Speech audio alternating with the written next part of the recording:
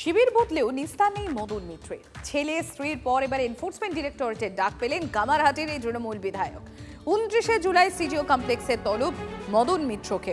29শে জুলাই মদন মিত্রকে যেমন তলব করা হয়েছে এনফোর্সমেন্ট ডিরেক্টরেটের তরফ থেকে, আজ এবং আগামীকাল ছেলে এবং তার স্ত্রীকেও ইডির ডাক।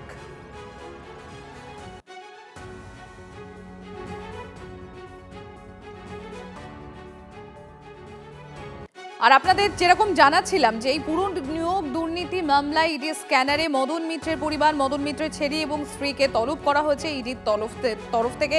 সুমন রয়েছেন আমার সহকর্মী, আমার সঙ্গে। সুমন, শিবির বদল করেছেন কিন্তু তাতেও নিস্তার নেই।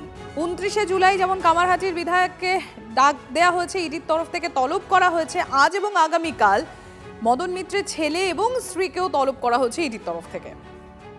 যেদিন এই তলব গিয়েছিল মদন মিত্রর ছেলে এবং পরিবারকে, সেদিনে কিন্তু মদন মিত্র রাত্রিবেলা সন্দীপন সাহার বাড়ি পৌঁছে গেছিলেন। পরের দিন আমরা দেখেছিলাম বিধানসভায় মদন মিত্র ঋতব্রত শিবিরে যোগদান করেন, কিন্তু লাভের লাভ কিচ্ছু হলো না। তারপরেও কিন্তু তাকে ইডির যে সামান সেটা ফেস করতে হচ্ছে, নোটিশ দেওয়া হয়েছে। এবং মদন মিত্র আদৌ তলবে সাড়া দেন কিনা, তার পরিবার সাড়া দেয় কিনা সেদিকে নজর রাখতে হবে। তবে মূলত এই পুরো নিয়োগ দুর্নীতি মামলায় তার বাড়িতে এর আগে তল্লাশি চলেছে একাধিক ঠিকানায়। সেই তদন্তে কিন্তু সহযোগিতা করার জন্য মদন মিত্রকে ডেকে পাঠানো হয়েছে ইডির তরফে। ধন্যবাদ সুমন।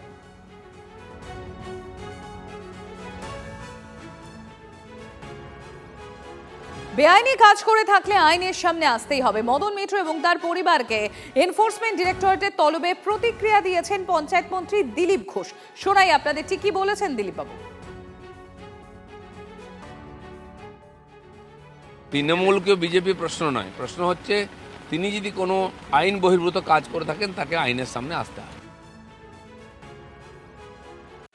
10 কোটি কেন, 600 কোটি টাকার গন্ডগোল আছে, সবে তো শুরু, দেখুন কি হয়। আরেকটা কথা অভিষেককে বলি, আমাকে চমকে ধমকে লাভ নেই। তুই ডায়মন্ড হারবার দিয়ে যাকে চমকাতে পারিস, আমাকে চমকাস না। এর কদিন আগেও আমি অ্যাটেম্প টু মার্ডার হয়েছি, আমাকে গুলি চালিয়েছে। So I don't care. Abhishek, আপনি তো ক্রিমিনাল, আপনি তো মার্ডারার, আপনি তো পয়সা দিয়ে মার্ডার করেন, আপনি তো সুপারি দিয়ে মার্ডার করেন। You are having a criminal instinct. আপনি কি ভাবছেন?